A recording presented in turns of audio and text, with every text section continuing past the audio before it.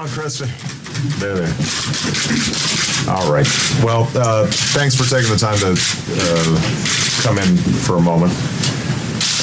This is the core of my economic team, and the message of our meeting today is one that comes as no surprise to most Americans, and that is we are in a very difficult spot. The economy is bad. The situation is getting worse. Last week, we learned that manufacturing had hit a 20-year low. On Friday, we're going to get the final jobs report from this year, and every indication is that we will have lost in 2008 more jobs than at any time since World War II. It's clear that we have to act, and we have to act now to address this crisis and break the momentum of the recession, or the next few years could be dramatically worse. That's the message that I delivered to Speaker Pelosi this morning. I will be meeting with Harry Reid and with the bipartisan leadership group this afternoon. And the most important message today is that the situation is getting worse. We've got to act boldly, and we've got to act swiftly. We cannot delay.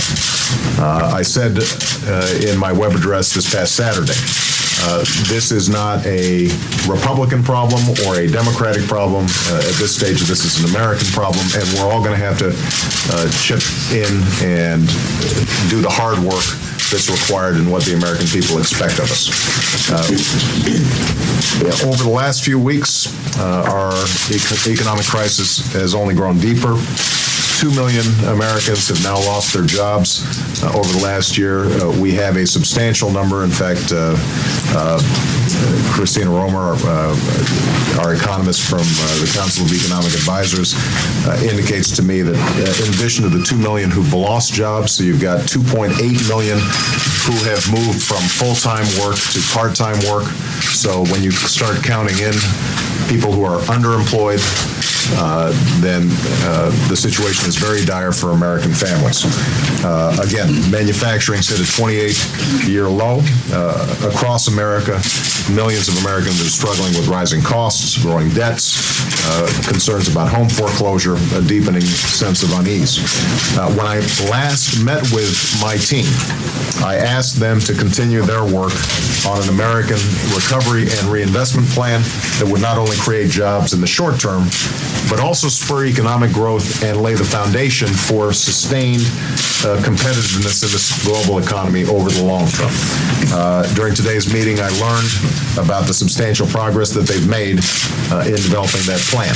And we are beginning to share details of that plan with leadership on the Hill, and we will be rolling this out to the American people, assuring that there is clarity and transparency about the entire process.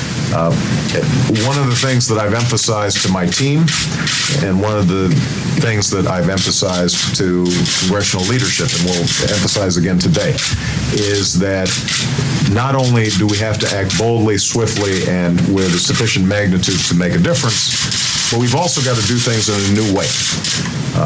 It's not going to be sufficient for us just to fall back into the old Washington ways and simply throw money at the problem.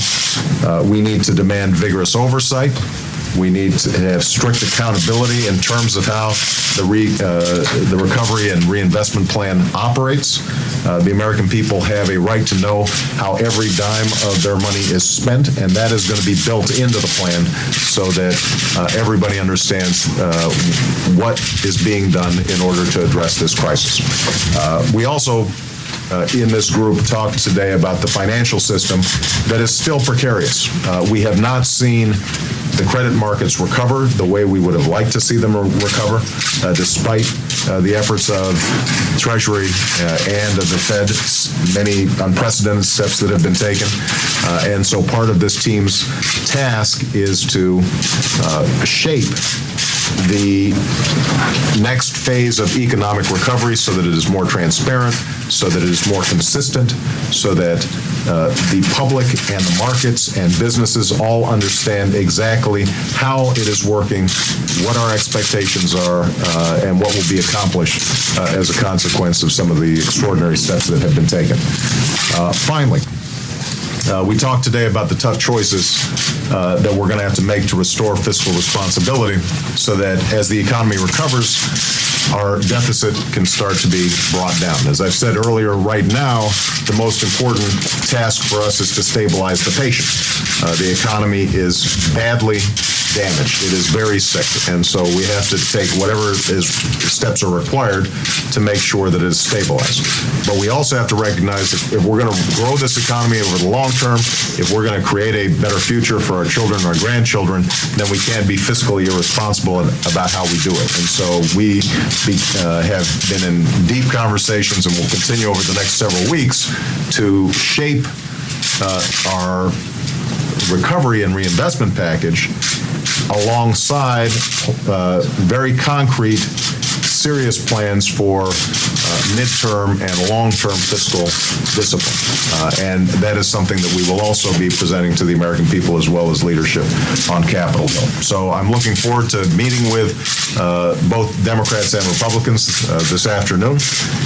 My expectation is that they will share the same sense of urgency that I do, that we are going to move quickly, that we're not going to get bogged down in a lot of old-style politics on either side.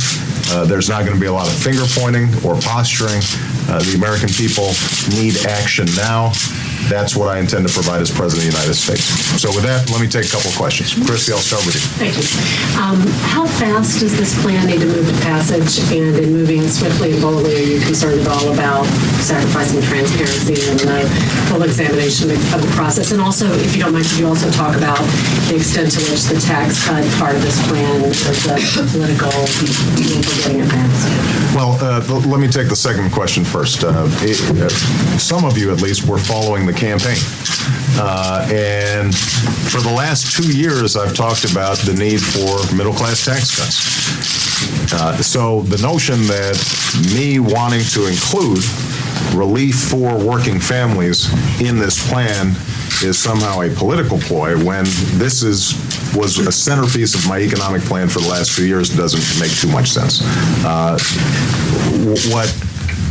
In a bad situation, there is a happy convergence between what I had pledged during the campaign and what's required for the economy right now, to put more money in the pockets of ordinary Americans who are more insecure about their jobs, who are continuing to see rising costs in areas like healthcare, who are struggling to make ends meet. But we think it is very important to have a balanced recovery and reinvestment package. Part of it is going to be addressing consumers and making sure they've got money in their pockets. Part of it is to provide incentives for businesses so that they start investing in plants and equipment that ultimately lead to jobs. Part of it is going to be investing in the kinds of job-creating growth industries of the future, whether it's health IT, whether it's energy, that assure economic competitiveness over the long term. So I wouldn't separate any of these parts. They're all of a piece. And as far as your first question, we are confident that we can accomplish unprecedented transparency even as we move this package forward. Not only will Congress know exactly what's in this bill, but we're exploring steps, for example, like putting on a website very detailed information about all the projects that are taking place, what kind of impact we expect them to have, what kinds of job growth we hope to generate as a consequence of any of the discrete items that we're putting forward. Sir, President Elect, yes. Good afternoon, sir. To what extent has the violence in the Middle East distracted your team on the economic plan? And is the deadline for the stimulus, are you still hoping for, has it slipped to February, into February? Well, as I said before, I strongly believe that a president or a president-elect or his team should be able to do more than one thing at a time. And so, obviously, international affairs are of deep concern. With the situation in Gaza, I've been getting briefed every day. I've had consistent conversations with members of the current administration about what's taking place. That will continue. I will continue to insist that when it comes to foreign affairs, it is particularly important to adhere to the principle of one president at a time, because there are delicate negotiations taking place right now, and we can't have two voices coming out of the United States when you have so much at stake. With respect to the timetable for the economic recovery and reinvestment plan, we are going to do most of this work this month, and we're not waiting. The reason I'm here today is that we are going to present our latest ideas to Congress. We expect them to begin this week on this process, and I expect to sign a bill to create 3 million jobs for the American people shortly after I get inaugurated. So what do you mean by shortly after? Well, look, there are only so many days in the legislative process, and it's going to take some time, even if on an expedited schedule, to get a bill passed and on my desk. But we anticipate that by the end of January or the first week in February, we have gotten the bulk of this done. Thanks, guys. We got to get to the Hill. All right. Thank you.